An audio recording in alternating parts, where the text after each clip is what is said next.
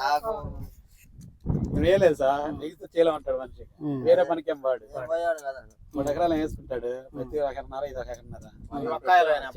ఇంకా ఉండే కాయలు ఒక కాయలు ఇంకా ఉండే కాయ 100 ఉంటాయి.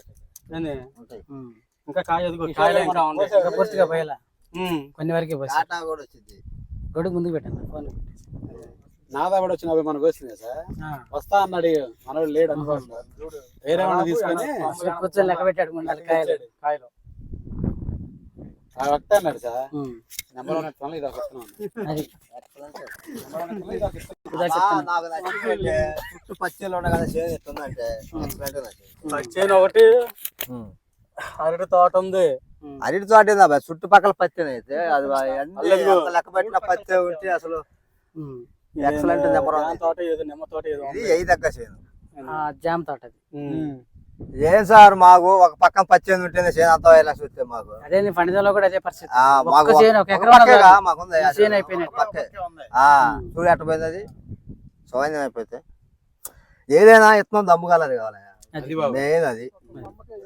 అదే మనదేదో యూట్యూబ్ లో చూసి అనుకోవాలి, అది ఇది అనుకోకూడదు. కంటితో చూసి మంచిది ఇత్తనం తెచ్చుకోవటం మంచిది. వండే ఇత్తనాలు కండగాలు ఇస్తున్నావా? అది ఇత్తనాలు కూడా సేవ ఉంది, ఉంది దమ్ము ఉంది దీంట్లో. ఇవన్నీ చెక్ చేసిన వరంగల్ అన్ని చెక్ చేసి అయిపోయిన తర్వాత చెప్పాలని చెప్తున్నాను. చెప్పాలని చెప్పుకోవటం కాదు, ఇది కావాలి, ఇది చూసినాం కాబట్టి చెప్తున్నాం. వాస్తవంగా చెప్పాలంటే ఏం బోలు పోయిన ఎత్తున్నాం కాదు ఇది. అది అదే ఆశీర్వాదం. ఆల్రెడీ అయిపోయింది. 20 ప్యాకెట్లు బుక్ చేశాడు.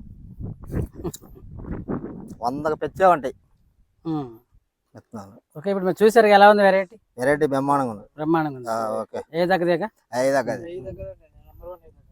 మాలాంటి తేలిక రైతులకి ఇది బెస్ట్. అది చిన్నపాటి రైతులకి ఏంటంటే ఒక 2 ఎకరాలు లోపు వేసుకునే వాళ్ళం కదా, తక్కువ పెట్టుబడి ఎక్కువ దిగుబడి. ఈయన ఏం కొట్టాడు? మీరు చేలోకి వచ్చిందా మీకు అర్థమైంది ఏం కొట్టాడు?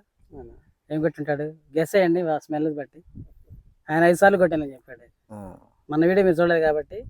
ఆయన ఇప్పటికీ కోరికరాను నల్ల సల్ఫర్ ఇప్పటికి 5 సార్లు కొట్టాడు. మీ గొడ్లు కూడా అదే వాసన ఇంటికి బాగా కనిపెట్టేస్తారు. కోరికరాను ఉందా? చూద్దాం.